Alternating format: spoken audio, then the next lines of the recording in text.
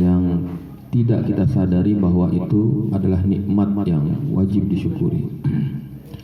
Berapa kali kita mengedipkan mata dalam sehari, berapa kali detak jantung kita berdetak, berapa kali anggota tubuh kita yang lain berfungsi dengan baik.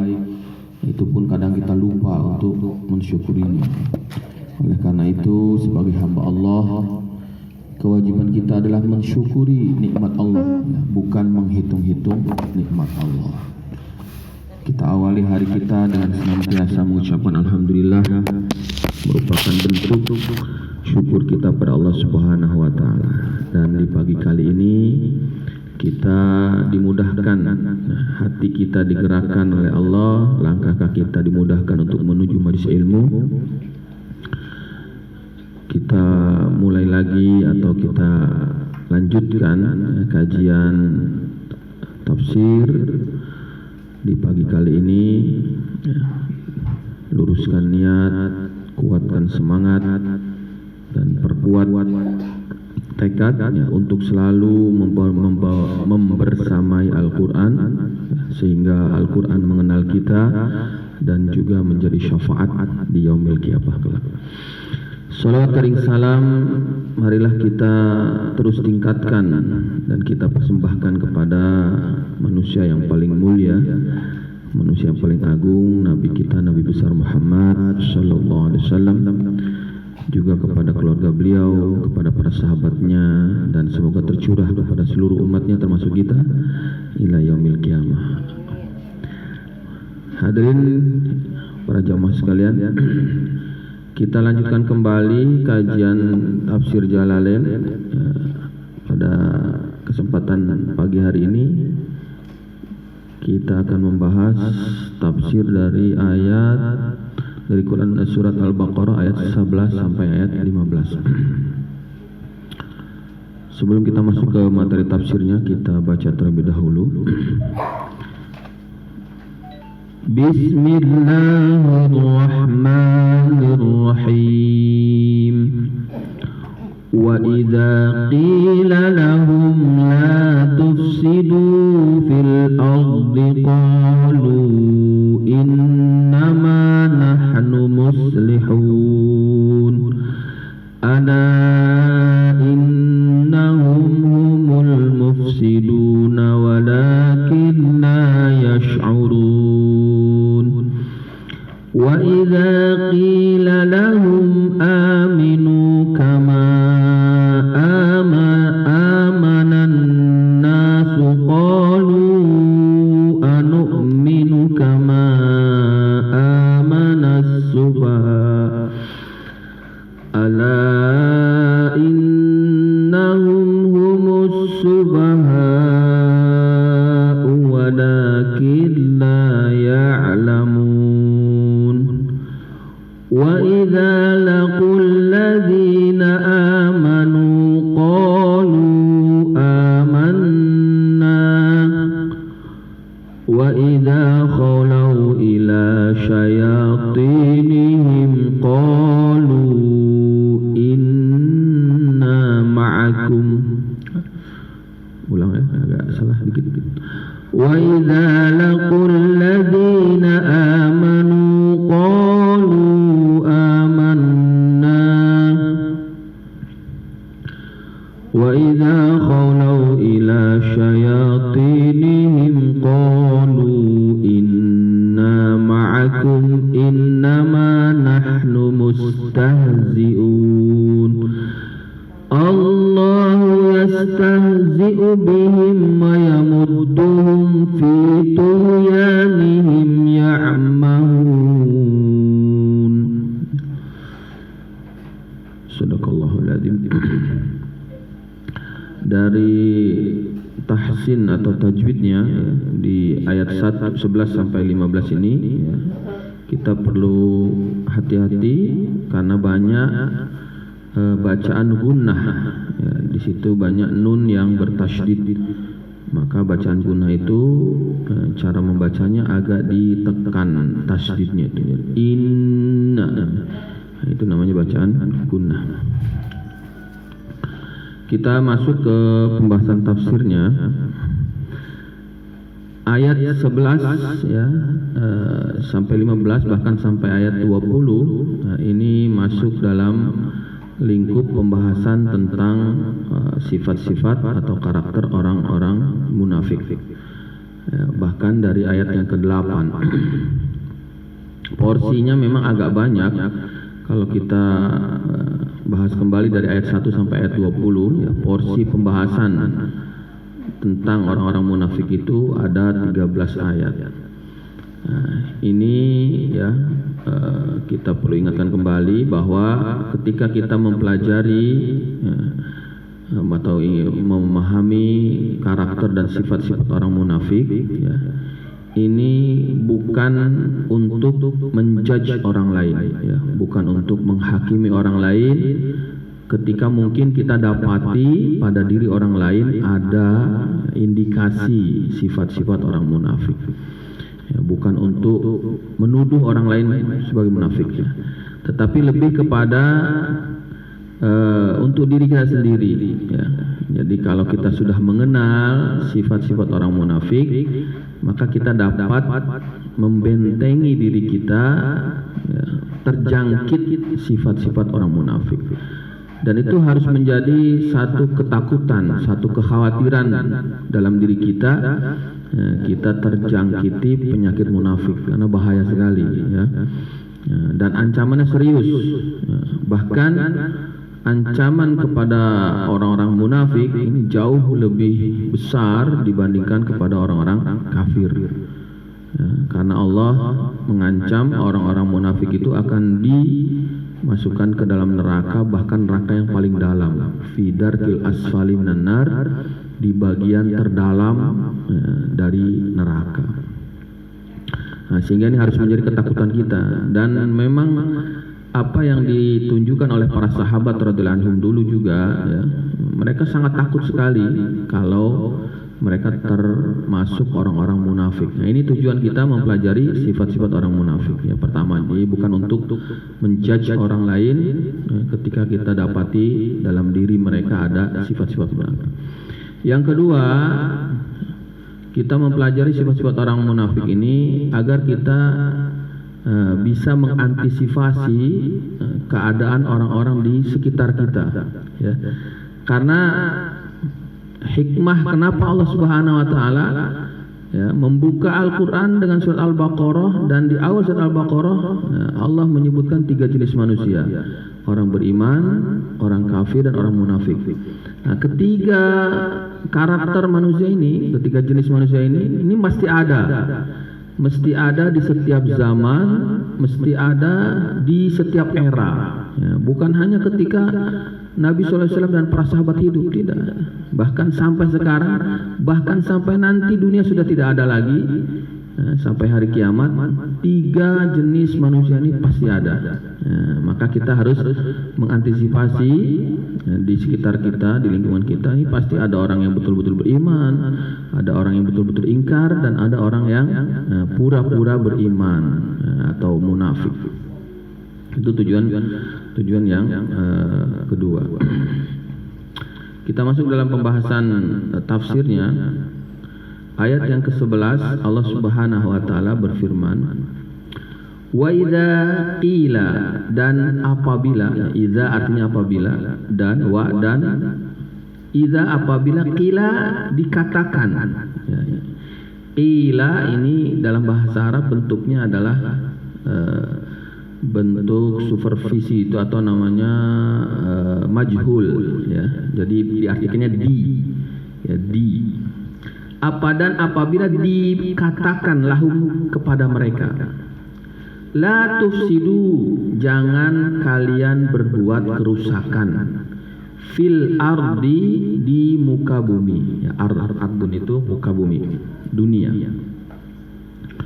Qalu, mereka berkata, innama, sesungguhnya saja, nahnu kami, muslihun, adalah orang-orang yang berbuat baik. Nah, Kalau kita terjemahkan langsung, wa idza qila lahum la tufsidu fil ardi qalu innama nahnu muslimun, dan apabila dikatakan pada mereka janganlah kalian berbuat kerusakan di muka bumi, mereka menjawab kami justru berbuat kebaikan. Nah, jadi dari ayat ini ada sifat orang munafik yang bisa kita pahami. Orang munafik itu cenderung tidak menerima nasihat kebaikan. Mereka sebenarnya berbuat keburukan. Bentuknya apa? Di sini ditafsirkan bil kufri, dengan sebab mereka kufur, ingkar. Kalau settingnya itu, ayat ini kan turunnya di Mekah ketika Nabi mulai berdakwah. Ada orang-orang yang menolak, mengingkari apa yang didakwahkan oleh Rasulullah SAW.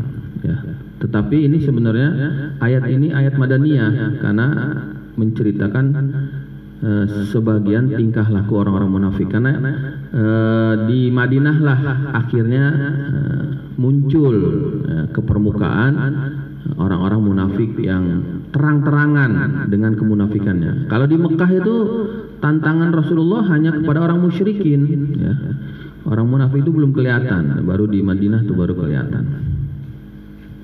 Jadi karakter pertama itu orang-orang munafik itu enggan menolak, enggan menerima nasihat. Dibilangin jangan kamu berbuat kerusakan, dengan kamu kufur, mengingkari Allah, itu sebenarnya kamu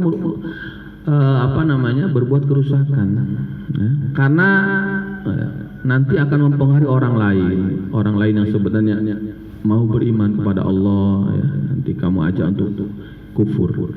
Wa ta'wik anil iman. Nah, di sini bentuk kerusakan yang dibuat oleh orang munafik. Imam Jalaluddin Al-Mahali menyebutkan dua bentuknya itu, bil kufri, sebab kekufuran, wa ta'wiki anil iman, dan menghalangi orang dari beriman. Dikasih nasihat, kamu jangan buat kerusakan seperti itu.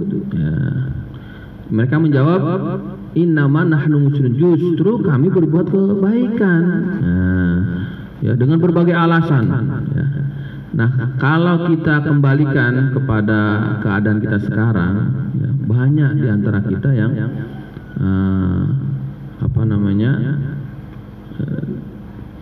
enggan atau nggak mau, menolak lah kasarnya itu nasihat-nasihat kebaikan. Bahkan bukan hanya menolak, justru dengan berbagai alasan, ini baik kan, demi kita nih, demi persatuan, demi kesejahteraan masyarakat. Dengan berbagai alasan, dan tanpa disadari justru sebenarnya mereka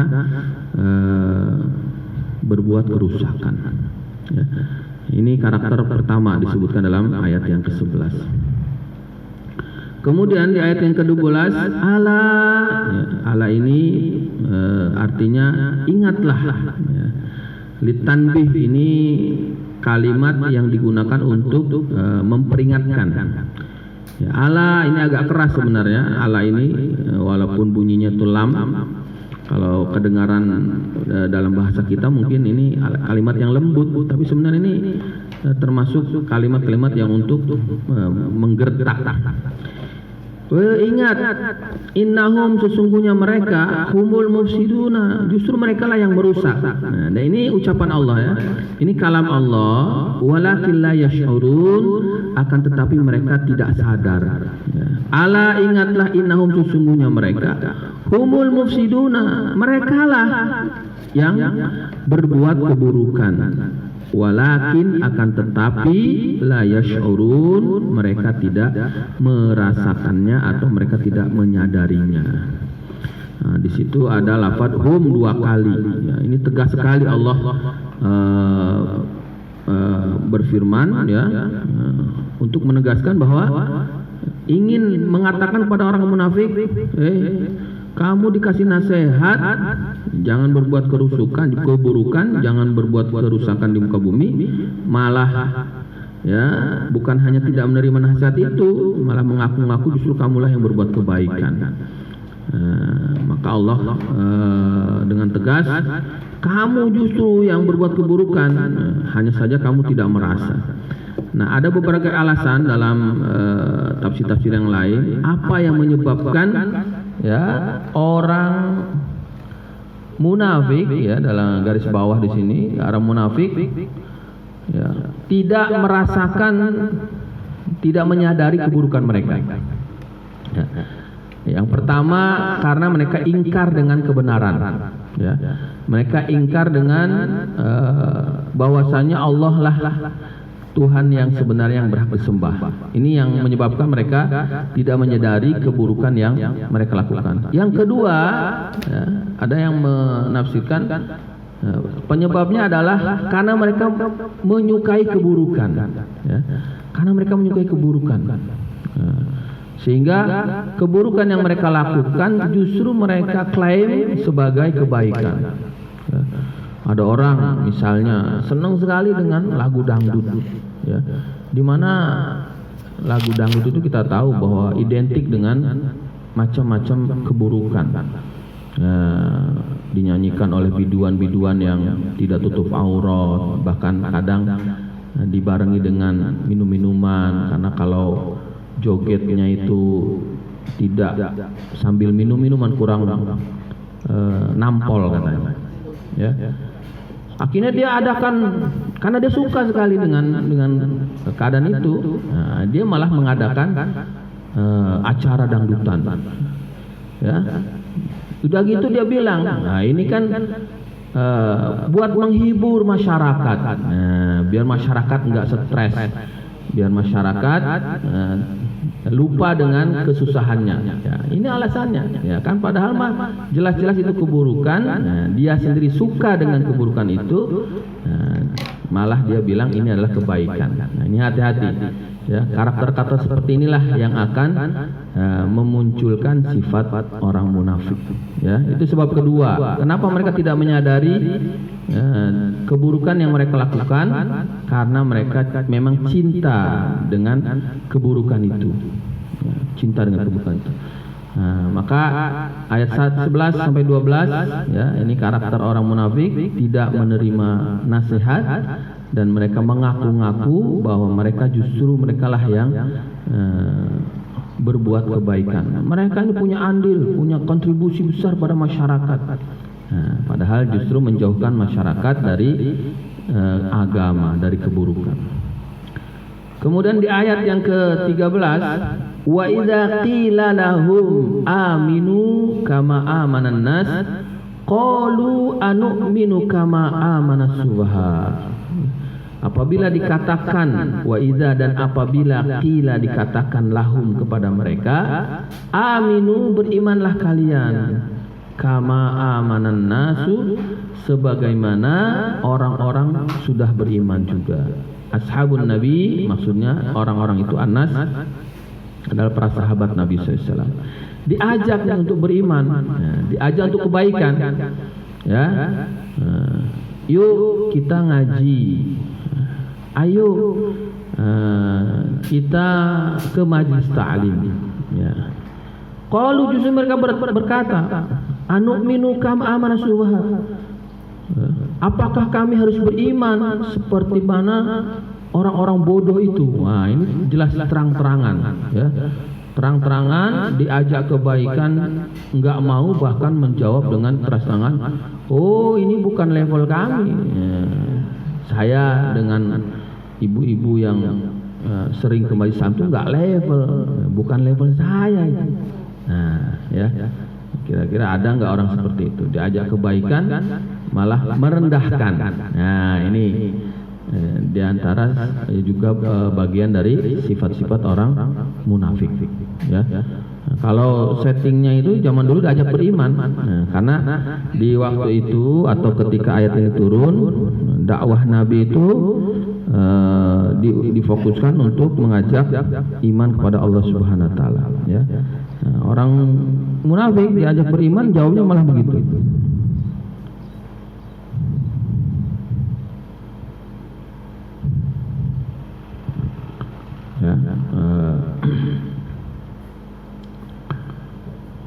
diajak untuk beriman, ya mereka malah merendahkan. Ngapain saya ikut-ikutan dengan orang-orang bodoh itu? Ya, sufaha. Di situ ditafsirkan al-juhalu, ya, orang-orang bodoh. Artinya la naf'alu ka fi'lihim, ya, kami tidak akan mengerjakan perbuatan mereka.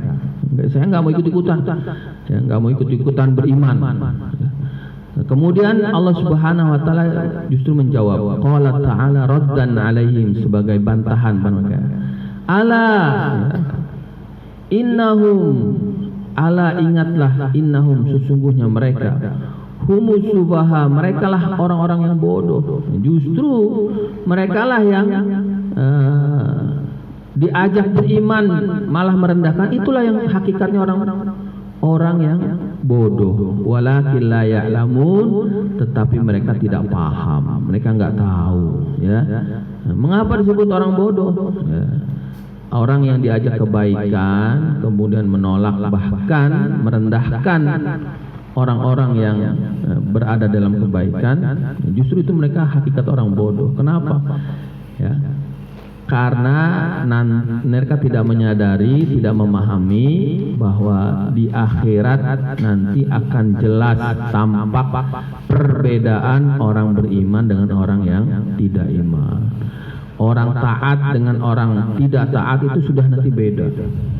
Maka orang yang di dunia ini, ya, belum menyadarkan dirinya untuk berbuat taat, itu orang yang bodoh, ya. Kita kasih gambaran, kita kasih analogi, ya. Ada seorang raja manggil, ya, 2 orang pemuda. Kemudian raja itu berkata, ini sekalian saya kasih modal, ya, silahkan kalian kelola, ya, dan kalian saya kasih sebidang tanah. Tapi tanahnya itu di sana, di tengah hutan. Ya, ini modal untuk mengelolanya. Katakanlah setiap orang 50 juta. Saya kasih batas waktu 5 tahun. Ya. Nanti setelah 5 tahun kalian datang ke sini lagi, ya, saya ingin tahu apa yang kalian kerjakan. Maka pemuda yang pertama, ya, dia pikirnya panjang, ya, pikirnya panjang. Modal yang diberikan raja itu, ya, dia kelola dengan baik. Ya, tanah yang ada di dalam hutan, ya, dia tebangi pohon-pohonnya, ya, kemudian dia bangun bangunan, jalan dia buka, ya, untuk akses menuju tempat itu. Kemudian dia panggil atau dia bayar beberapa orang untuk menjaganya, membersihkannya, ya, sehingga dalam waktu yang telah ditentukan raja, dia berhasil mengembangkan modal yang diberikan menjadi tempat yang nyaman, tempat yang aman, ya, untuk kelanjutan kehidupannya. Sedangkan pemuda yang kedua ini agak sembrono. Uang yang diberikan dia buat poya-poya. Dia pikir ini hanya kesempatan 1 kali dan diberikan batas waktu hanya 5 tahun. Kapan lagi? Dia pikir kapan lagi mau senang-senang. Maka dia habiskan, ya, tanah yang ada di dalam hutan dia biarkan begitu saja, sehingga semakin rimbun, ya, semakin lebat, ya, semakin menakutkan, mengerikan. Banyak binatang-binatang datang, binatang buas. Jalan pun tidak dia buka, habis hartanya. Maka inilah gambaran. Ya, setelah 5 tahun dipanggil raja, hasilnya berbeda. Orang yang berpikir cerdas, ya, dia akan mempersiapkan modal yang diberikan oleh raja itu untuk hal-hal yang baik, karena nanti juga akan dia pakai juga. Tapi orang yang berpikirnya cepat, instan, ya, dia hanya ingin kesenangan yang sementara, ya, dia tidak peduli dengan yang diberikan raja itu. Nah, ini gambaran bahwa manusia itu kalau dia tidak pandai-pandai menggunakan umur, kehidupan yang diberikan oleh Allah, ya, ini maka namanya orang bodoh. Nah, itulah, ya, orang-orang munafik itu diajak berbuat kebaikan, diajak untuk berpikir lurus. Ya udah, kita pikir akhirat, ya, akhirat lebih penting Ya, karena untuk kehidupan kita selanjutnya, ya, kita itu di dunia hanya sementara saja. Nah, hanya sementara saja, semua akan menuju akhirat. Akhirat jauh lebih penting. Akhirat jauh harus kita persiapkan dengan baik dibandingkan kehidupan dunia ini. Dunia ini sementara saja. Dia malah bilang nggak mau, saya nggak level, ya, ikut-ikutan dengan kalangan bawah itu. Ya. Maka Allah tegaskan, ala innahum sufaha walakin la ya'lamun. Ingat, justru mereka lah yang bodoh itu. Ya, mereka yang bodoh, tapi mereka tidak paham, tidak mengetahuinya. Ini karakter yang kedua, ya. Nah, jadi yang pertama itu yang ayat yang 11 itu dikasih nasihat, ya, justru beralasan mereka lah yang benar, pihak yang benar. Kemudian yang kedua yang di ayat ke-13 itu, ya, diajak, ya, bukan sekedar dinasihati, diajak berbuat kebaikan, malah terang-terangan menolak bahkan merendahkan. Nah, ini karakter orang munafik. Ya, sebenarnya karakter orang munafik itu banyak, ya. Nah, kalau lihat dari hadis-hadis yang ada itu tentang orang munafik, ya. Salah satunya ayatul munafik, salah satu tanda-tanda ciri-ciri orang munafik itu ada 3. Idza hadatsa kadzaba, kalau ngomong suka bohong. Wa idza wa'ada akhlafa, kalau janji suka tidak tepat. Ya, wa idza tumina khana, kalau dikasih kepercayaan dia khianat. Itu diantara sifat-sifat orang munafik yang disebutkan dalam hadis. Tapi pada intinya, ya, ada beberapa pokok sifat orang munafik. Pertama, menolak kebenaran, ya, menolak kebenaran. Kemudian, ya, ingkar dengan Allah Subhanahu wa taala. Kemudian nanti ada juga sifat orang munafik itu justru lebih membela orang-orang tidak beriman dibandingkan orang beriman. Nah, itu nanti begitu orang munafik itu. Kalau sama orang kafir tuh baiknya bukan main. Ya. Wah, ini harus dibela, dia juga manusia, punya hak asasi manusia. Ya. Mereka juga berhak mendapatkan kedamaian. Nah, mereka juga punya hak beribadah. Tapi kalau sama orang beriman, wah, pengajian ini dilarang, pengajian itu dilarang. Ini radikal ini. Ya, ini mengganggu ketentraman. Nah, ya, itu juga termasuk sifat-sifat orang munafik. Nah, kemudian sifat orang munafik ini yang berikutnya di ayat 14, wa idza laqul ladzina amanu qalu amanna wa idza khala ila syayatinihim qalu inna ma'akum innama nahnu mustahzi'un. Kalau mereka ketemu orang beriman, wa idza laqu, dan apabila mereka ketemu, ya, alladzina amanu, dengan orang beriman, qalu, mereka menjawab, amanna, kami juga beriman. Ya.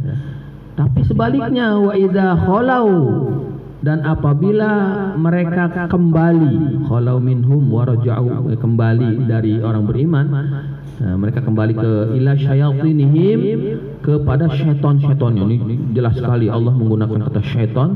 Jadi tafsirkan ru'asaihim, pimpinan-pimpinan mereka. Qalu inna ma'akum, mereka menjawab inna, sesungguhnya kami ma'akum, bersama kalian. Innama nahnu mustajir, kami berbuat demikian, ngaku-ngaku beriman di depan orang beriman hanya untuk mengolok-olok, ya, membodohi mereka. Nah, ini artinya orang munafik itu berwajah dua, bermuka dua, ya. Di sana ngomongnya lain, di sini ngomongnya lain, ya, bermuka dua. Apa tujuannya? Ya, jelas menjilat, ya, cari aman, ya, nggak tegas, ya, nggak tegas, ya, cari aman. Yang penting bapak senang, ya, istilahnya begitu, ya. Di sana ngomongnya membela-bela, ya. Di sini ngomongnya lain lagi. Itu juga karakter orang munafik, ya. Bahkan mereka justru berkata innama nahnu mustahzi'un, ya, kami main-main aja, kami memperolok saja, memperolok orang-orang beriman atau menipu, ya, menipu. ya. Saya di sana mengaku beriman, ya. Saya termasuk bagian mereka, ya, supaya mereka juga tidak menyerang saya. Kalau saya jelas-jelas bertentangan dengan mereka, ya, nanti saya diserang juga. Sebenarnya saya nggak begitu. Saya cuma main-main saja. Saya mau nipu mereka saja. Dan tanpa sadar, padahal seluruh manusia itu dalam kendalinya Allah.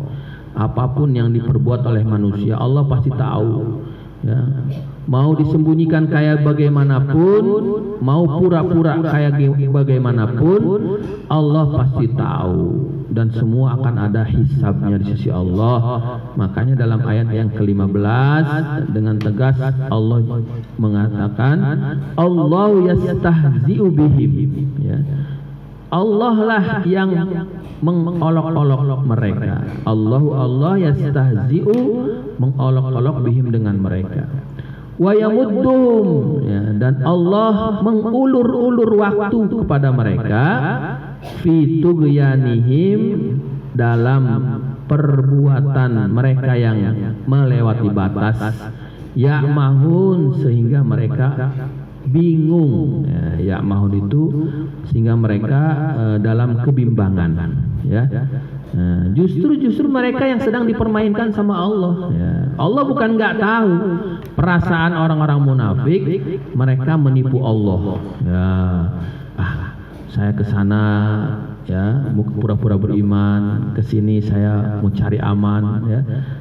Seolah-olah merasa dirinya itu aman dari perhatian Allah, aman dari pengetahuan Allah. Padahal Allah Maha tahu, dan Allah membiarkan saja. Justru Allah membiarkan saja itu bentuk Allah mempermainkan mereka. Mereka merasa mempermainkan Allah, padahal hakikatnya justru Allah yang mempermainkan mereka. Sudah Allah biarkan saja.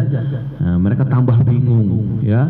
Akhirnya perbuatan mereka, ya, terungkap, ketahuan, mereka tambah bingung, ya, tambah bingung. Seperti yang terjadi sekarang ini, ya, banyak pejabat mau bingung. Sebentar lagi rajanya mau turun, mau diganti, bingung, cari pembelaan sana, pembelaan sini, ya, sehingga banyak aturan yang dilanggar.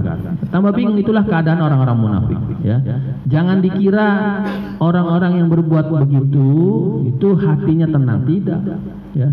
Jangan dikira orang yang berbuat begitu, ya, artinya punya karakter seperti orang munafik, itu hatinya tuh aman, nyaman. Tidak, justru mereka tambah bingung, tambah bingung. Maka bagi orang-orang yang memang punya sifat kayak gitu, kalau tidak cepat menyadari, ya, tidak cepat kembali kepada Allah sebelum terlambat, ya, sebaiknya cepat taubat. Ya, daripada nanti ada penyesalan, dan kalau sudah menyesal di akhirat, jelas tidak bisa lagi kembali ke dunia, tidak bisa lagi diperbaiki di dunia. Ya, dari ayat yang 11 sampai ayat 15, ya, kita bisa dapati di antara sifat orang munafik, ya, yang pertama menolak nasihat kebaikan, ya, bahkan mengklaim dirinya lah yang berbuat baik. Yang kedua, diajak kebaikan, ya, justru malah merendahkan, ya, merendahkan.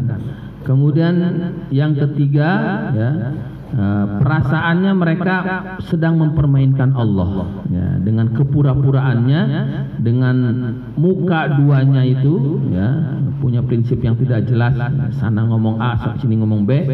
Mereka merasa seolah-olah mempermainkan Allah, ya, padahal Allah lah yang sedang mempermainkan mereka. Nah, kalau kita kembalikan, kita terapkan dalam kehidupan kita, ini makna munafik itu banyak, ya, banyak.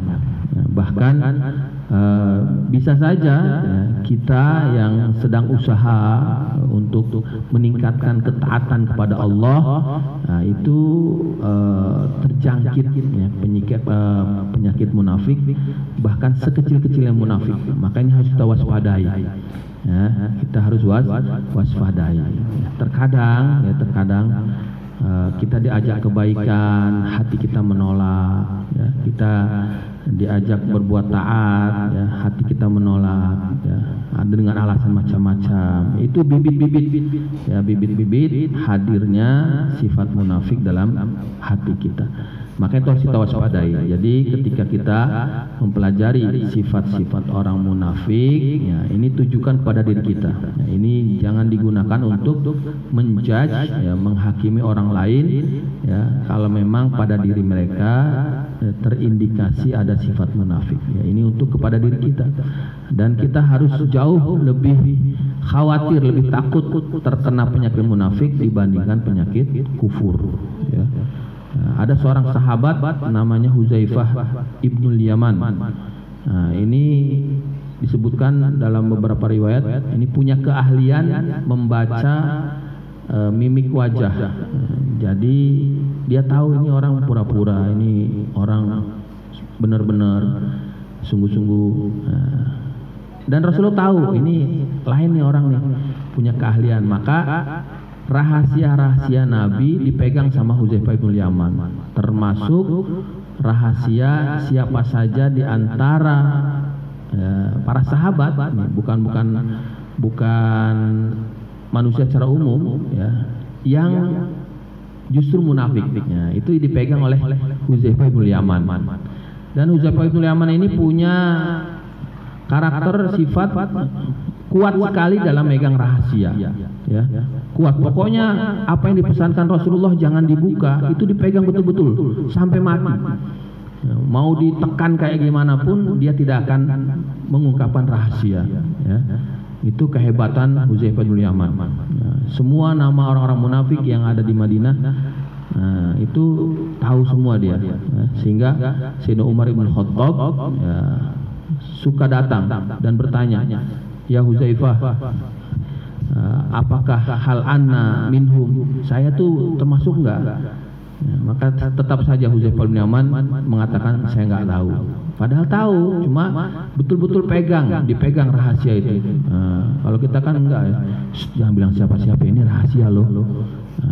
Sama yang lain bilang ini rahasia ya, jangan bilang siapa-siapa. Rahasia kok dibilang-bilang. Tapi kalau Huzaifah bin Yaman tuh enggak, dia pegang kuat. Ya. Tapi Sayyidina Umar bin Khattab tahu setiap kali Huzaifah bin Yaman, setiap kali ada yang meninggal dan Huzaifah bin Yaman ini tidak mensolati, ya, itu kemungkinan adalah orang munafik. Nah, itu diantara ciri-cirinya begitu. Maka Sayyidina Umar pun tidak mau mensolati. Yang itu yang diperhatikan oleh Sayyidina Umar bin Khattab. Kalau Sayyidina Huzaifah bin Yaman tidak mau mensolati seseorang, kemungkinan itu adalah orang munafik. Ya, jadi bukan untuk menghakimi orang lain, tapi kita harus, ya, membentengi diri kita dari sifat-sifat orang munafik. Harus khawatir, ya, khawatir terjangkiti oleh sifat orang munafik. Demikianlah kajian kita pada pagi hari ini, ayat 11 sampai ayat yang ke-15. Nanti kita akan lanjutkan sampai selesai ayat 20, ya, termasuk sifat-sifat orang munafik juga. Jadi kalau kita ulas kembali dari ayat yang pertama sampai ayat 20, ya, intinya itu menceritakan tentang 3 karakter jenis manusia: orang beriman, kemudian orang kafir, dan orang munafik. Dan porsinya memang lebih banyak menceritakan tentang orang munafik karena, ya, di antara sebabnya bahayanya orang munafik jauh lebih besar dibandingkan orang-orang kafir. Karena orang-orang kafir itu sudah jelas, ya, nampak betul kekafirannya. Tapi kalau orang munafik, dia dengan kepura-puraannya bisa saja ada di tengah-tengah kita, seolah-olah membela kita tapi justru menghancurkan kita. Itu maka lebih bahaya, lebih harus diantisipasi, ya, dibandingkan orang-orang kafir. Demikian kajian kita pada pagi hari ini, ya, mudah-mudahan bisa menambah wawasan kita untuk pemahaman isi kandungan Al-Quran. Apapun yang disampaikan, kita niat amal dan sampaikan. Sebelum kita akhiri, mungkin ada yang ingin mengajukan pertanyaan, maka dipersilahkan.